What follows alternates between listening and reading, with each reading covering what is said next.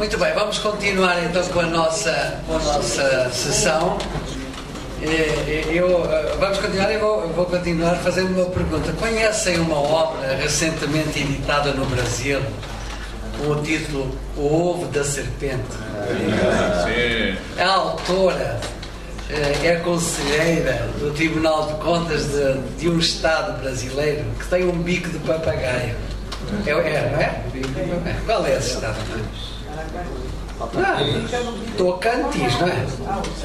É do Tocantins. Não é? Do bico do papagaio. Muito bem.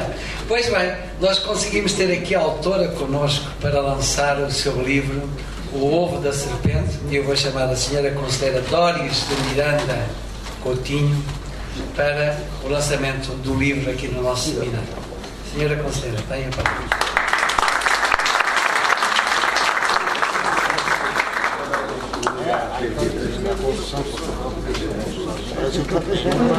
Filósofo.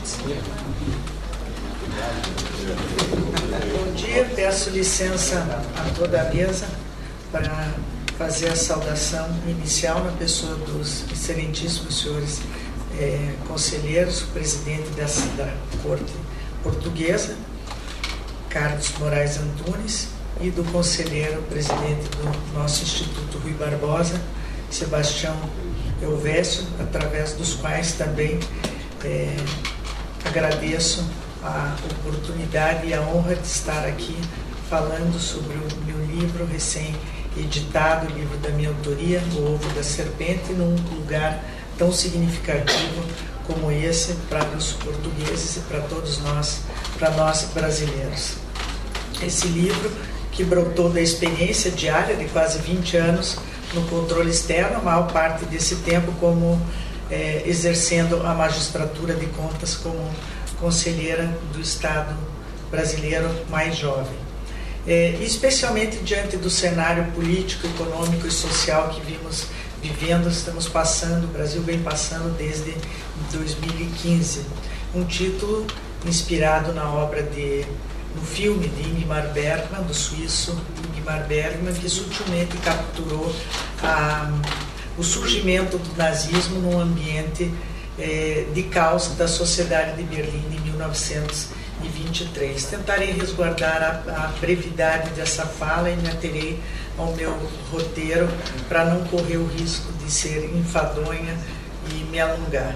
E digo desde já que grande parte do que escrevi nesse livro fora falado aqui nesses dias ou tem sido pauta de discussão entre nós, ou seja, o papel das instituições de controle frente à corrupção, a relevância do controle social, o resgate da ética, o necessário resgate da ética pública, enfim.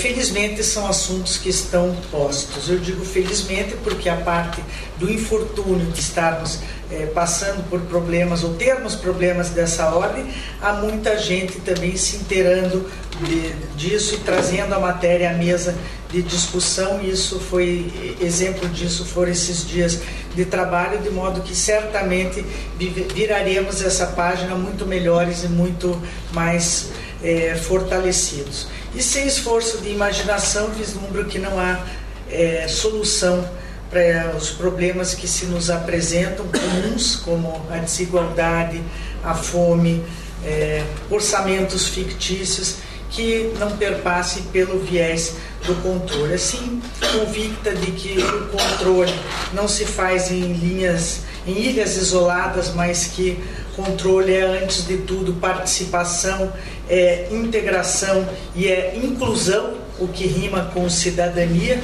Fui escrevendo os textos que compõem esse livro, acreditando que somente mudaremos esse repulsivo cenário de degradação da gestão pública e de absoluto desprezo aos valores minimamente éticos e morais se nos focarmos nas pessoas, na formação de uma sociedade mais consciente de seu papel nessa construção de uma nova realidade.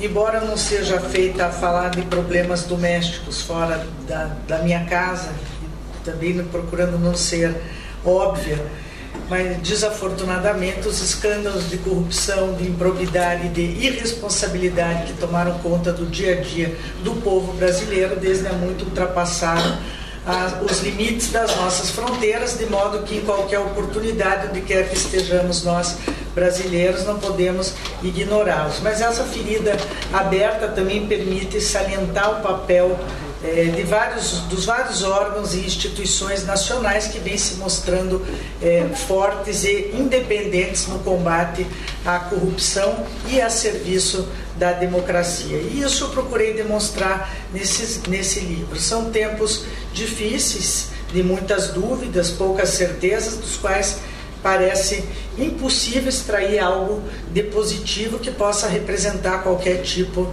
de avanço. Entretanto, o meu espírito otimista, conselheiro Carlos, como o seu, me faz acreditar no provérbio que não há mal que bem não traga. Nesse sentido, talvez a atuação do Tribunal de Contas da União Brasileira em 2015, ao rejeitar as contas presidenciais, representa esse ponto positivo. Não vem ao caso aqui fazer qualquer juízo de valor sobre as razões que levaram o TCU a assim decidir de maneira quase inédita, mas salientar a quebra de paradigma que ele representou, na medida em que também quase que ineditamente as contas públicas parecem que passaram a ser da conta de todos os brasileiros. Hoje não há brasileiro de qualquer classe social que não fale ou não tenha ouvido falar em pedaladas, em Tribunal de Contas, em lei de responsabilidade fiscal. Pode não saber exatamente o que é ou o que significa, mas sabe que tem a ver com a sua vida, com a situação em que o país se encontra. E isso, a meu ver, é muito positivo e me estimulou a aproveitar esse momento e escrever sobre todos esses assuntos numa linguagem simples, ao alcance do cidadão comum, independentemente de sua formação, que nesse momento se encontra provocado e estimulado a participar proativamente da gestão daquilo que é seu.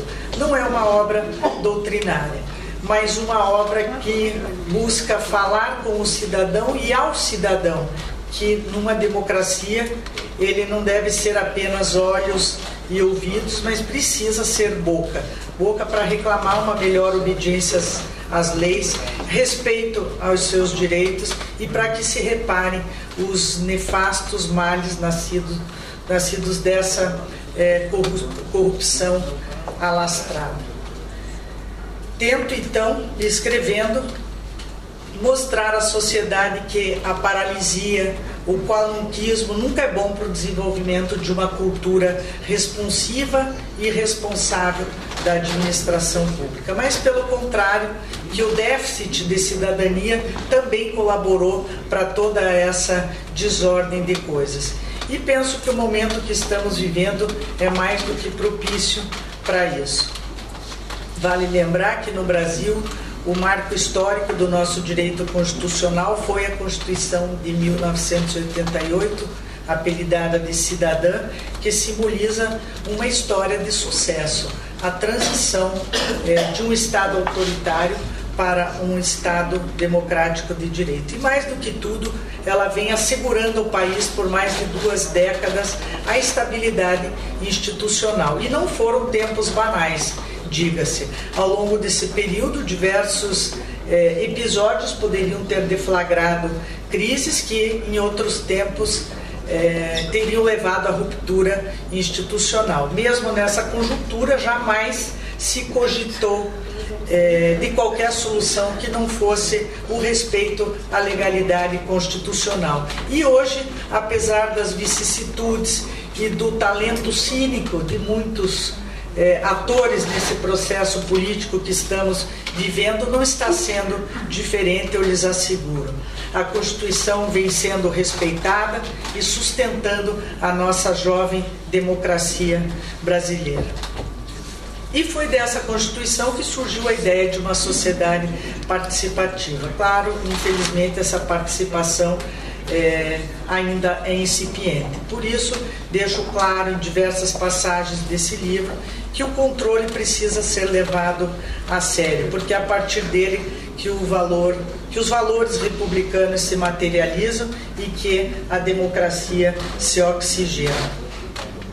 Que pouco adiantarão os acontecimentos de 2015 terem aberto uma janela para a sua concretização dessa democracia, com operações de investigação gigantescas, contas rejeitadas, processo de impeachment aberto, se não fecharmos a porta para a corrupção.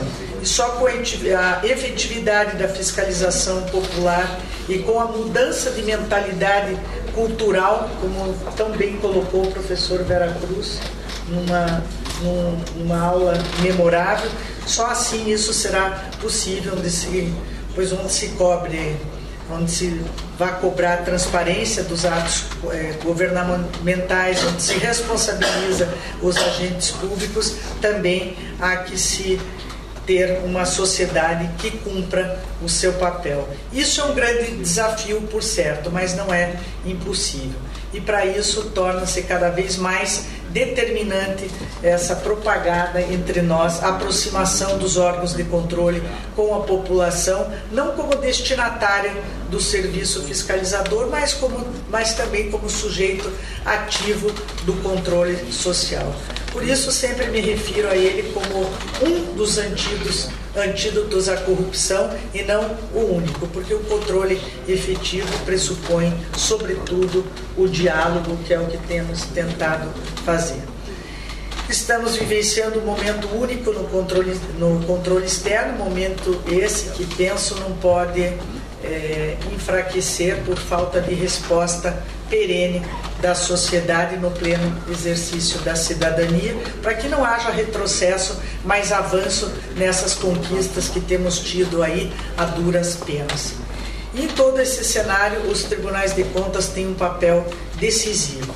E penso que nós, julgadores, pessoalmente também e individualmente, também temos muito a contribuir e grandes responsabilidades, as quais passam pelo nosso desencastelamento.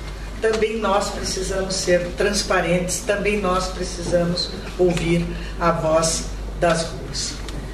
E concluindo, faço como o conselheiro Moraes e digo que, Carlos Moraes, e digo que, embora muitas vezes o resultado do nosso esforço como agentes do controle pareça inglório, devemos esperançar que a ética será restaurada e, como atestei, escrevo nos escritos desse livro, eu tenho a confiança plena no advento de que melhores dias virão, nascidos dessa crise de tantas faces e também dos nossos esforços conjuntos para continuar nessa batalha em defesa de um sistema de controle real e efetivo.